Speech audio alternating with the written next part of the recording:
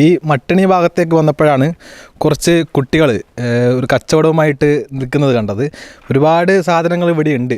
ഇവിടുത്തെ സ്പെഷ്യൽ എന്നാ മക്കളെ? അച്ചാർ സോഡ കുടിച്ചു നോക്കി, ഒരു രക്ഷയില്ല, അടിപൊളിയായിട്ട് മക്കളത് കൈകാര്യം ചെയ്തിട്ടുണ്ട്.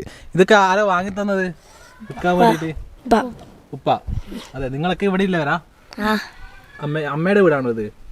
ഉമ്മമ്മന്റെ. പേരെന്നാ? ഫാദി.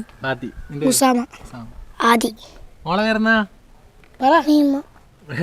അപ്പം ഇവരാണ് ഈ കുഞ്ഞു കച്ചവടക്കാർ. നമുക്കറിയാം, സ്കൂൾ പൂട്ടിയാൽ കാണാൻ കഴിയുന്നതാണ്, നമുക്ക് എല്ലാ സ്ഥലങ്ങളിലും കാണാൻ കഴിയുന്നതാണ് കുട്ടികളുടെ ഒരു കച്ചവടം. ആ കച്ചവടം ഈ കുട്ടികളൊക്കെ ഇതൊക്കെ വിറ്റ് കുറച്ച് പൈസ കിട്ടുന്നവരെ എടുക്കും, ബാക്കി ഇവരൊക്കെ കുറച്ച് കഴിച്ച് നല്ല സന്തോഷത്തോടു കൂടിയാണ് ഇവർ കച്ചവടം നടത്തുന്നത്. ആളുകൾ വാങ്ങാറുണ്ടോ? വാങ്ങാറുണ്ട്. ഒരു ദിവസം നല്ല കച്ചവടം പോവോ? പോവും. ഇതിന്റെ സ്പെഷ്യൽ പറഞ്ഞാൽ നിങ്ങൾ അച്ചാറിനെ അല്ലേ? അച്ചാറിനെ. ഇതിനൊക്കെ എത്രയാ? അച്ചാറിന് എത്രയാ പൈസ? അച്ചാറിന് 12 റുപ്യ. ഇതിനൊക്കെയോ? മിച്ചറിനോ? 20. ഉഷാറിന് എന്നിട്ടല്ലേ?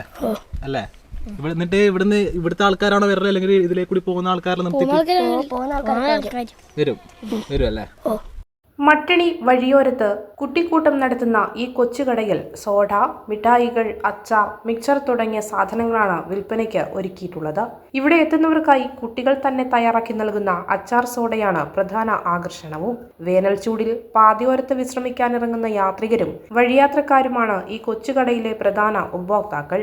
കടയിൽ നിന്ന് ലഭിക്കുന്ന ലാഭം ഉപയോഗിച്ച് വരാനിരിക്കുന്ന അധ്യയന വർഷത്തേക്കുള്ള പഠനോപകരണങ്ങൾ വാങ്ങാനാണ് ഈ കൊച്ചുമിടുക്കരുടെ തീരുമാനം. പഠനത്തോടൊപ്പം തന്നെ സ്വന്തം ആവശ്യങ്ങൾക്കായി അധ്വാനിക്കാനുമുള്ള ഇവരുടെ ഈ പരിശ്രമം ഏറെ അഭിനന്ദനാർഹമാണ്. മക്കളെ, ഈ കച്ചവടം നടത്തിയിട്ട് ഈ പൈസ എന്തിന് ഉപയോഗിക്കാനാണ് നിങ്ങൾ ആഗ്രഹിക്കുന്നത്? ബുക്ക് വാങ്ങാൻ. എല്ലാരും ബുക്ക് വാങ്ങാനാണ് അല്ലേ? വേറെ ഡ്രസ്സും കാര്യങ്ങളൊന്നും വാങ്ങണ്ട?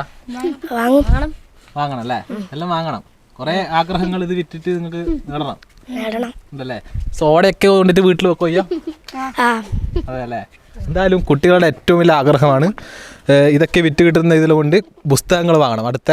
അടുത്ത സ്കൂളിലേക്ക് പോകുന്ന രീതിയിൽ നല്ല പുസ്തകങ്ങൾ, അതുപോലെ തന്നെ വസ്ത്രങ്ങളൊക്കെ വാങ്ങി നല്ല സന്തോഷത്തോടു കൂടി അവർക്ക് സ്കൂളിലേക്ക് പോകണം എന്നാണ് കുട്ടികൾ പറയുന്നത്. എന്തായാലും എല്ലാ സ്ഥലങ്ങളിലും കുട്ടികൾ ഇങ്ങനെ കച്ചവടം നടത്തുന്നുണ്ട്. അതിന് പിന്നിലും അവരുടെ മാതാപിതാക്കളും അയൽവക്കമുള്ളവരൊക്കെയാണ് അതിൽ സപ്പോർട്ട് ചെയ്തത്. എന്തായാലും നല്ലൊരു കാര്യമാണ്. ക്യാമറ പേഴ്സൺ അഫ്ലുവിനൊപ്പം അബ്ദുൾ ബ്ലാത്തൂർ, ഏജനറ്റ്.